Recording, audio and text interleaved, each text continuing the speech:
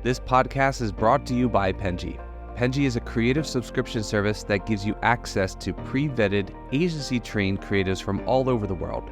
From graphic design to illustrations to social media management and web development, it's all included for one monthly price. It's time to say goodbye to the hassle of searching for top-notch creative talent. With Penji, you get quality and consistency delivered right to your inbox every day. Carefully crafted for you by humans, so meet your new creative team today. Head over to penji.co for more and enter the coupon code located within the podcast show notes.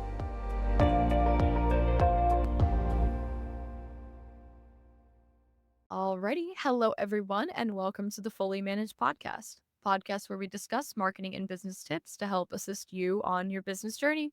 I'm your host, Shannon, Penji's partnership coordinator, and I'm joined here today with a very special guest, David Cupp from LocalView Digital Marketing. Thank you so much for coming on with me today. It's my pleasure. Thanks for having me. Of course, I really appreciate that. So could you just start by telling us a little bit about yourself, how you kind of got to this point in your career and what you're doing right now? Well, Shannon, thanks for having me. And it's been a journey. I started LocalView about 10 years ago. I started building websites and was having a lot of fun, meeting a lot of people, but recognized having an online business card wasn't enough for small local businesses. So I picked up SEO and got certified with Google as far as their advertising platform, and started really to become more of a consultant for small business owners, trying to get them exposure, trying to get them traffic at their website, and obviously leads and building their business. So from there, I just, started growing as an agency and had to hire people to help. And I think one of the things that over the years that I try to instill on our team is basically how I started this company, and that is treating folks like they're the center of the universe. It's like we don't charge $275 an hour. We're actually very affordable for small and local businesses like plumbers and therapists, contractors, and they've kind of gotten a bad experience quite often, from larger firms where they're just one in a number of clients and they have to put in requests and they hear back, a couple, 3 days. We're actually answer our phone, answer our text, answer our email. And we actually have a scheduling button that people can just schedule right on our calendar that's open, and they can get a hold of us. I think that's really how LocalView kind of took off. And I'm not saying we're huge. We have, like I said, I think we have about 130 clients, and most of those have been with us for a number of years. And so we work really hard for long-term relationships. So that's a bit of LocalView, treating the local business owner with just the utmost quality, respect, and hard work. And that's kind of what we do. Well, I appreciate that's kind of the foundation of the agency, because I do hear things like that a lot. You talk to a certain amount of agencies and you hear all these negative things coming from before they get to that agency or whatever it may be, and it makes me disappointed to know that people have such bad experiences in the agency space, because I would hope that everyone has good values and wants to treat their clients well, but that certainly is not the case, as there's so many bad stories going into working with a new agency. So it's nice to hear that. So One of the things that we also do is we don't work with our clients' competitors, immediate geographic competitors, because that would be disingenuous. So, and that's a refreshing thing for them, because, hey, you're the person we're trying to get on page one in this particular local area. And that for them, I think, is comforting. yeah, no, I definitely think that's really important. And I don't know if that's always the case, especially for local marketing agencies. And I think it should be, because that's it's contradictory to want to place someone as number one and then you're doing the same thing for the same industry. It's impossible, one. And two, doesn't feel very great. Especially, I'm sure that it will definitely leave a certain taste in the client's mouth, thinking that maybe if you have more money, that's when you're going to be the top one or whatever it may be, and that's not how it should be. Yeah, that's, one of the things also is like people are kind of shocked when we tell them we don't have long-term contracts, 30 days notice, because obviously we have to buy licenses of software or whatever.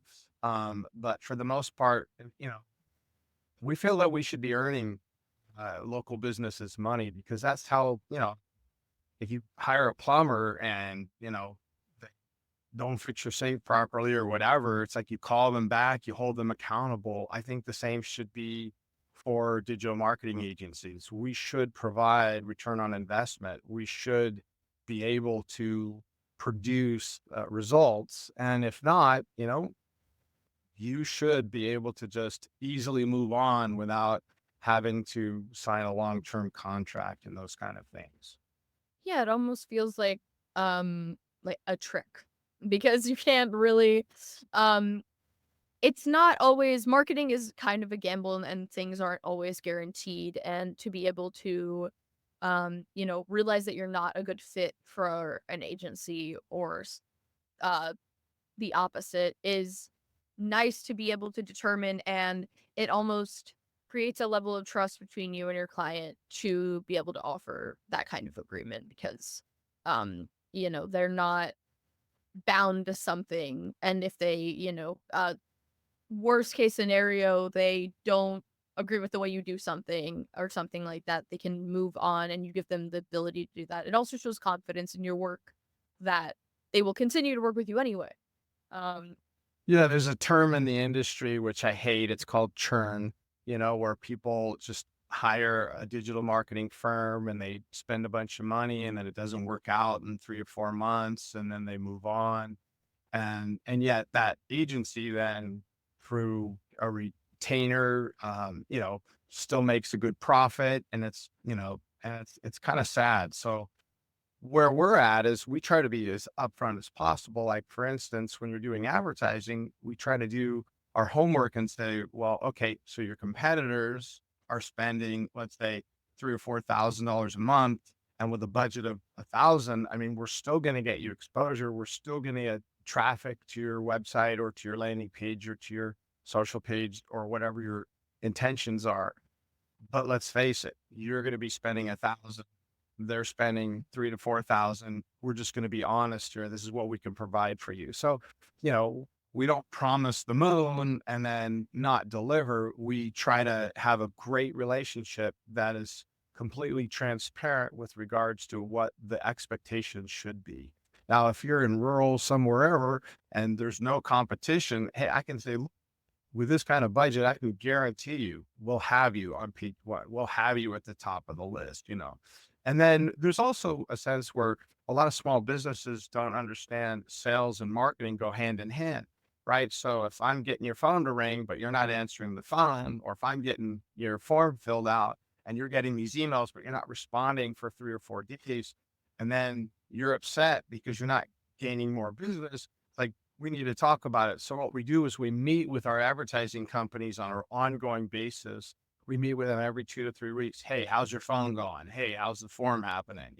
What's going on in your business? Are you happy? Are you growing? Are you busy? Do you need to decrease your budget because you're so busy? All your trucks and plumbers are out doing their thing, or, that kind of thing. Or you need to increase, your budget because, yeah, things are happening, but you really need to increase it. So we do this on a regular basis. It's just part of our service. And so, I have a dedicated guy. He does all of our pay-per-click clients, and that's his focus. I'm also certified. I work in there as well, but he is in there all day, every day, working through those, meeting with our clients. Because let's face it, advertising is expensive and it can become really a dead end if you're not watching it. You can lose a lot of money very quickly. that's very true.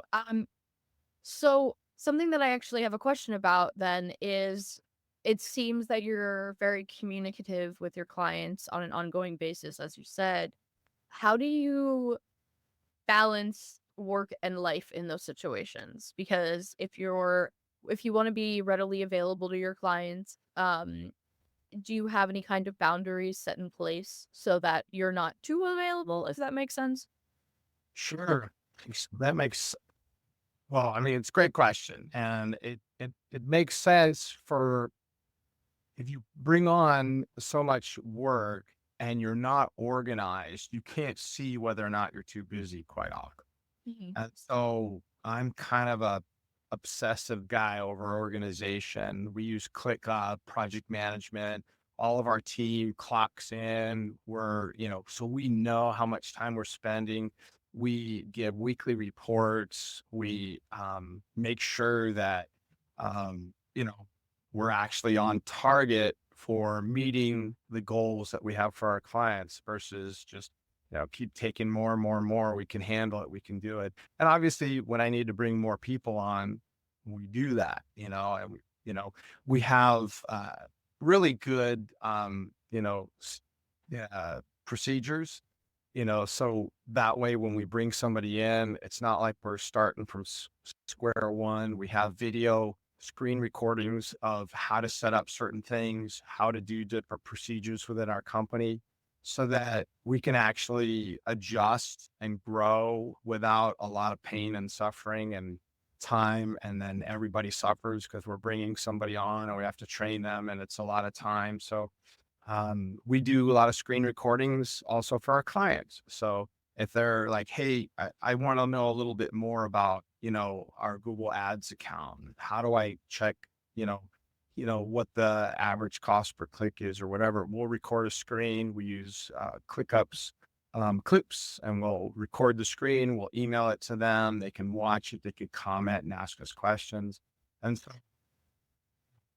getting into this environment where we're available a lot quite often is minimized or we mitigate kind of over meetings by doing screen recordings and answering questions that clients would have rather than making sure that we call them up or whatever. And on occasion we need to call them because it's just quicker and easier, but quite often people want to be empowered. They want to get into the back end of their website. They want to look at, various, analytics on their dashboard that we have for them and that kind of thing. So we'll do a screen recording.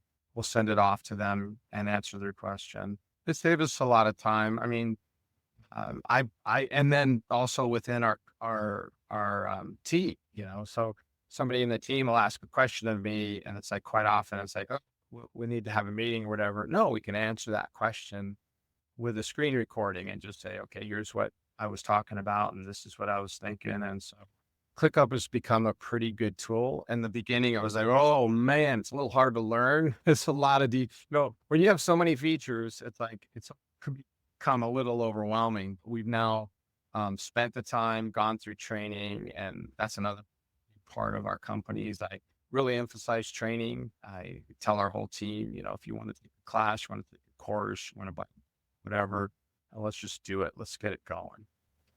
I think that's a really important thing to value, especially consistent learning in the marketing space is so important because it is constantly evolving every single day drastically. So it's good to keep your team updated on those certain things. I do really like marketing because it's something that you're constantly learning from. I enjoy learning, so it's really nice to be constantly adapting to stuff. Um, so I've also noticed that in to what you said about clips and creating those for your clients. I noticed that's actually a trend with agencies that help small businesses and that it's incredibly helpful, especially for a lot of small businesses that have been around for a while and maybe the owner or founder is a little on the older end. Clips are really helpful to do very specific things. I don't know if you do it for things such as this, but I was talking to someone a while ago about them making a video just to show how to do files, like how to move files to different things. And I think it seems silly, but there's so many people that are not technologically savvy. Like I am not technologically savvy. I know how to do basic things because I grew up having computer classes.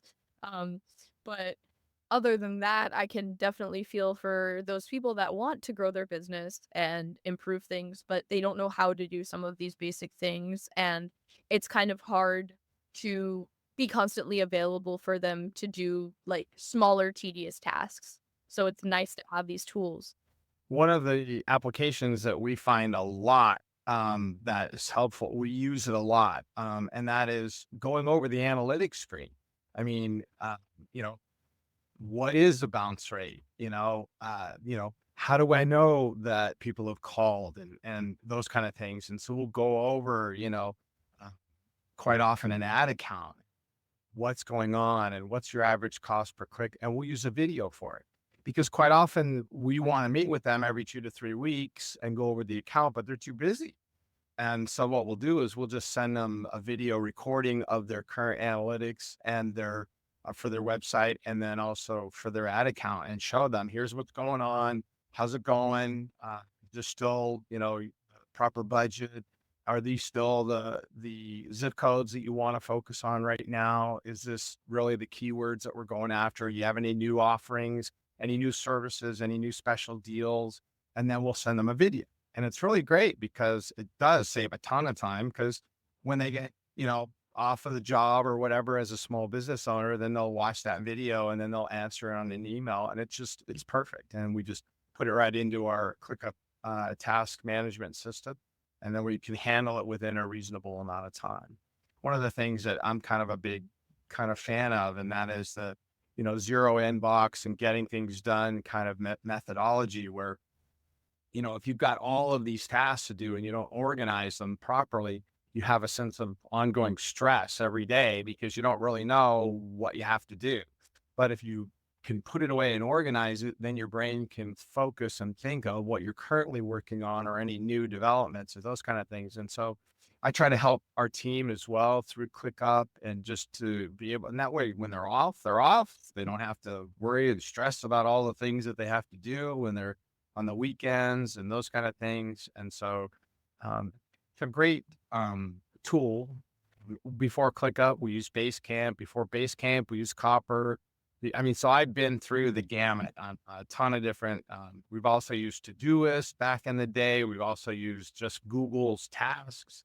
And ClickUp now is kind of that robust task management system, where when we're working on a task, it integrates to Evernote or EverHour. So we clock in, and that way when we bill our clients, we can go ahead and just, it's all integrated right in there. And so our administrator doesn't have to like figure out and call everybody, how much time did you spend with this or whatever. It's pretty easy to do. It's all integrated.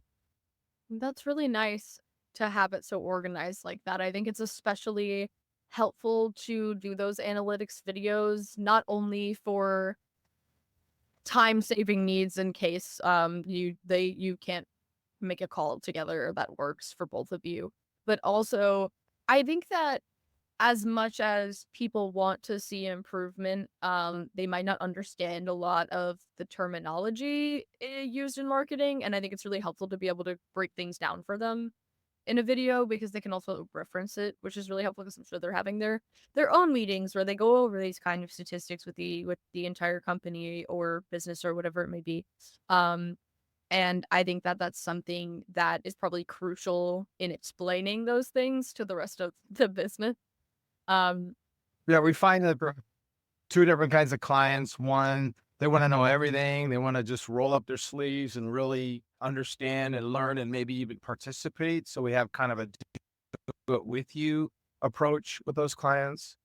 We even have a DIY where they can just totally do it on their own approach for a number of clients. But then we also have that other type of client. It's like, I just want to know that it's working. Meet with me on a regular basis. I have a few questions on performance, but other than that, take care of it. And so we actually have all different kinds of involvement, which we try to empower our clients. I think the more that they know, the more that they trust and they see that we're actually working hard for them. We don't just say one thing and then smoke and mirrors and they don't understand kind of thing. On the other hand, there's the typical client where it's like, all I want to know is performance. It's working. We'll keep the arrangement going. If it's not, we got a problem. And so Yeah, we try to be as transparent as possible, but sometimes clients just, hey, I just want to know it's working. That's all. It's nice to adapt to different clients' communication styles as well, because I don't think that there's a one size fits all. Of course, there's definitely, if you have a certain amount of clients, sometimes it's difficult to adapt to each individual preference. But um, I like the ability to adjust, because because as you said, some clients prefer certain lines of communication, some don't, or different ways to be communicated with, and some don't clearly do not have the time to be yet actively have conversations. Sometimes they just want to know things when they need to know them, and if it's all there, then they don't have to worry about that. Yeah, I think a little transparency here on my part. It's like, um, you know, I'll take on like any kind of client if the sales end of our work is there. In other words, they're interested in answering their phone, they're interested in following up on those leads, they're interested in, what we're doing for them. A lot of times companies will say, well, we only want this type of client, anything over 5 grand, anything over 10 grand. That's where we're at. Cause that's where we're in.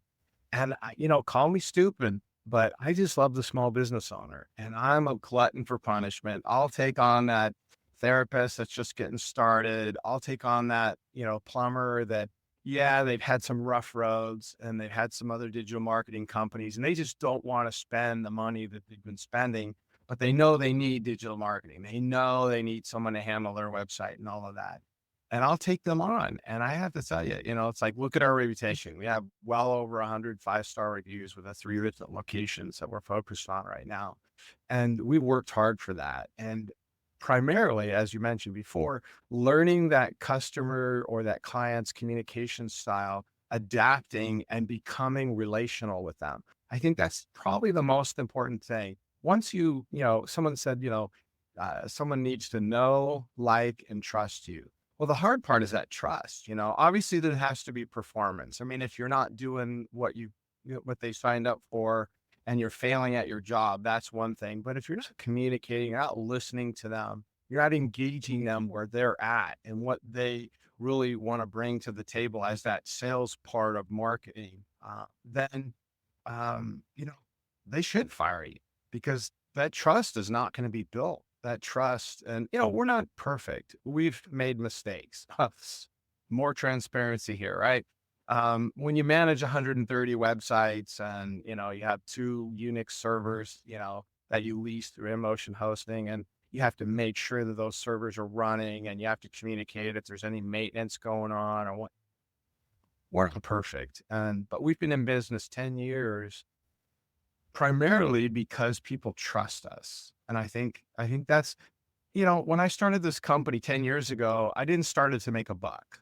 I didn't. I'm 61 right now and starting my 5th career, not because the prior 4 were unsuccessful. It's just I really wanted to get into being an asset for small businesses.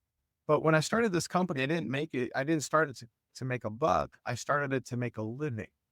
And making a living, in my opinion, means treating people how you would like to be treated if you were approaching them for the service. When I lay my head down to bed at night, I don't go, oh man, I hope that guy I ripped off, and took advantage of doesn't, leave me a bad review. It's like, no, I ask you, don't worry about it. I feel good about what me and my team have been doing for the last 10 years. And so that's rewarding more than anything. I mean, my wife works a great job. She and I are both, very busy professionals. She's a PhD. So I'm not stressed out about money. I'm more interested in really helping people. And obviously I got to make a living. I got to pay my own bills and those kind of things. And so money is a part of it, but you know, it's something I take great pride in and helping people building their business. I got to tell you, one particular client 9 years ago, I picked them up and they had one part-time employee and he was really struggling to keep his business going. And he was like frustrated and I had to, and, obviously, results, whatever, 9 years now, he's got 9 employees. He's got 2 trucks. He's got 2 locations now, and he's just super busy and doing great. And those are the kind of things. I mean, his whole family has changed, obviously economically, because we've gotten together. I'm not going to take full credit of all of his because he's got to have a good reputation. He's got to provide a great service. He's got to be that person that people rely on and trust. But I've exposed him, and our company has exposed him to more and more people that have now resonated in his service and his message. And so, but it's exciting to be a part of that. It's really exciting, and I find that very rewarding. To be involved with people, and I talk with them on a regular basis, and hearing him, and it's great. So wonderful.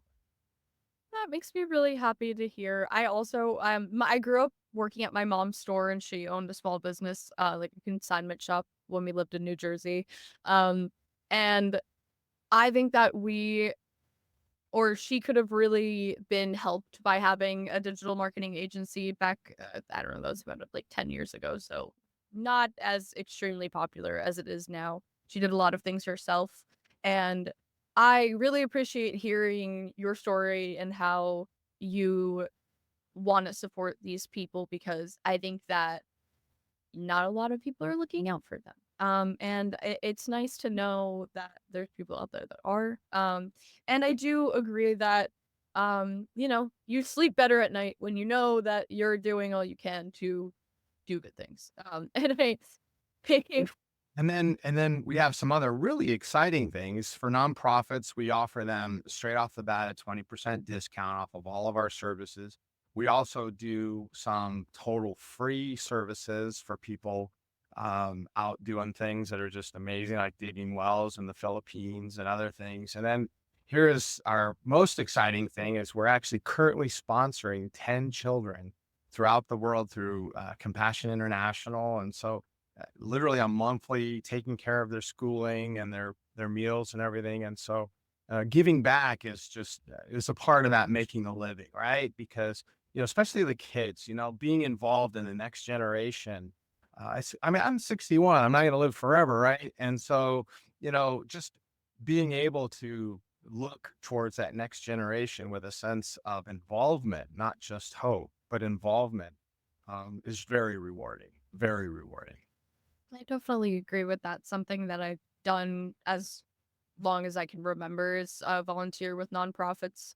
And something that I learned joining Penji is that we also work with them, and we provide our services for $1 a month, which is something that made me really happy. I always envisioned myself working with nonprofits and not in the corporate world at all. And um, I'm happy that I can at least work for a company that does something relatively close to that. And it's really nice to know. So I definitely really resonate with your feelings on that. And it makes me happy to hear, because I know that there's a lot of agencies that don't do stuff like that, and that's okay too, I suppose. But um I know that I think there's this kind of mentality around doing good or charity is not going to make you money. And I don't know if that's necessarily true. Again, that doesn't have to be your most important thing. But of course, yeah, again, as you said, people have to pay the bills. But I don't think that doing charity or doing things for good is a negative thing for business.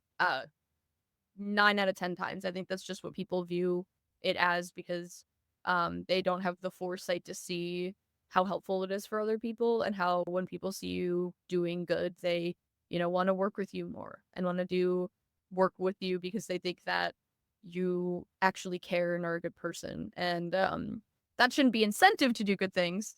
Um, but it's nice to acknowledge that, because I think that when people have somewhat of a business mindset, they don't think that that's something on their radar, or should be. And I really like hearing this, because that's really important to me. We have a tradition: whenever we bring somebody on, we tell them to choose a child out of Compassion International's worldwide list of kids that need to be sponsored. And we tell them it's not your responsibility. You don't have to write to them. So it functions in two ways. It keeps me from just randomly hiring people, because obviously there's an ongoing, commitment to sponsor a child somewhere. And then the other aspect is it brings a sense of fulfillment to the team, knowing that, hey, the company they work with is making a difference in the next generation of children throughout the world. I mean, we're all over. It's just wonderful. We have kids all over the world and we get letters from them, and then we encourage the team to write back, but they're not required. It's not, so we actually integrated into ClickUp. We have all the kids there, and, so we post their letters there and people can read them. Mostly they're just pictures, because a lot of them are really young, so they scribble, and draw pictures. But it's a wonderful thing, and we don't, it's funny because this is the most I've actually talked about it to anybody outside of our group. We don't make a big deal about it. I think it's down in our footer, giving back or whatever. But really, I think as someone who's, I've got 8 grandkids and 3 kids, I've done just some amazing things in life. And I think in the business world, I think one of the wonderful things is to actually use my business for more than just earning, a salary and being involved in certain things. That's why I went to Penji's nonprofit or programs to giving to nonprofits. And I saw the list, and I started checking out like Miracles in Motion outreach, and I just loved it. I'm just like, hey, that's my truck right there. Penji, way to go, man. That's awesome. I appreciate that. And one of my favorite podcasts, not to take anything away from this, but is doing Unified Purpose, because I love talking to nonprofits about their missions. It makes me so unbelievably happy. The last podcast that I did with a nonprofit, I cried really badly. It's actually kind of embarrassing, but they just had the most wholesome message, and they had someone on that they've helped, which like broke my heart, but also healed it at the same time. And it was just so wonderful. So again, I really like hearing this, because I don't get to hear this often from agencies. Not that they're doing anything wrong, I think, but I just really do, I really do believe in supporting a cause and not just doing something for gaining monetary value. Of course, when you're starting an agency, I completely understand that's hard to do things like that. But when you're at a certain point, I think it's really important, and I think that it not only gives me hope that more people can do stuff like this, but also that I know I just hope that it creates a trend one day. That more people will do things like this, because well, they have the ability to, and they can, and it doesn't take that much. I think Warren Buffett said that one of the critical things for people in employment, especially the younger generations that are coming up, is that they would have significance in their work. That it's not just how much they made, it's that they're actually doing something that is making a difference in their world. And so I think we're doing that not only for small businesses building their business, but also the fact that we're involved in other areas like digging wells in the Philippines, and, sponsoring children, and some other outreaches that we've done. We actually have worked with other organizations. There's one called Something Catchy in Eastern Washington, where a buddy owns a nice fishing boat, and he takes veterans and youth out on free fishing excursions. And it's like, I'll do your website, you bet. Or we do ours, and Something Catchy, and so they go out and they take people who would not normally have the opportunity for just an amazing day to go out and catch salmon and kokanee and all these different fishes. It's great. It's great. Well, that makes me really happy, and I really like learning about new nonprofits. So maybe I'll give them an email if they ever want to come on the podcast and talk about their nonprofit. Yeah, Jason's a great guy. Jason is a water tester. That's what he does for a living. So he's not paid by the he's not paid by the nonprofit. He actually It's just something he does. And so, yeah, somethingcatchy.org is their website. I heard recently that Washington has some of the best water quality in the country, which I live on breaking on. I live on the island, and it's amazing. Do eagles' nests here on my property, and it's phenomenal. Bald eagles, oh yeah, it's amazing. They're beautiful. Yeah, we love it here. It's now granted last week 50-mile-an-hour windstorm, but it was over in 2 days. But yeah, I was originally from Southern California, grew up there. I miss the surf. I do miss the surf because I grew up surfing, but out here on the Puget Sound, it's an amazing environment. So green and lush, and the water quality is amazing out here. Best tap water I've ever tasted. I just visited my friend in Washington, actually. So Right. it was a really great experience. First time I've ever been there. Probably one of she lives near Seattle. It was probably one of my favorite cities that I've ever visited or been in. It's beautiful. There's so many things to do. I I really enjoyed being there, and it's I don't know. I really like the weather. I know that some people probably hate it, but personally really liked it. So I really love it there. So it must be really nice to live. Yeah, it's great. My wife wanted to move up here, so I just followed her along. They're doing- Well, that's sweet. Well, this is actually all the time we have today. We went a little bit over, but I had a really great time, so I don't want to cut anything off. I think this was perfect. But I really appreciate you coming on with me today. Again, this was absolutely lovely. I learned a lot. I got to talk about nonprofits, which is always one of my favorite things to do, so I appreciate that. And thank you for being such a genuine person. And sharing about your agency, because I think that I would hope a lot more agencies model themselves after how much you care about different things. Well, it's been a pleasure. And, hearing another one of my tribe working for Penji out there. You're doing a great job. And like I said, I was able to kind of look around at your nonprofits, watch a few of your other podcasts, and I really enjoyed. I've done a few of these, and I think this one's right up there on my favorite. Thanks for having me. Thank you so much. I really appreciate that. And for everyone at home listening or watching, don't forget to like and subscribe to see more wholesome content like this, hopefully in the future. Thank you so much. You've been listening to Fully Managed, brought to you by Penji. Check out the show notes to learn more about today's guest, and to learn more about Penji, the human-first creative subscription service, head over to penji.co. And by the way, if you're still listening, it would mean the absolute world to us if you were to share this podcast with a friend, and of course, subscribe.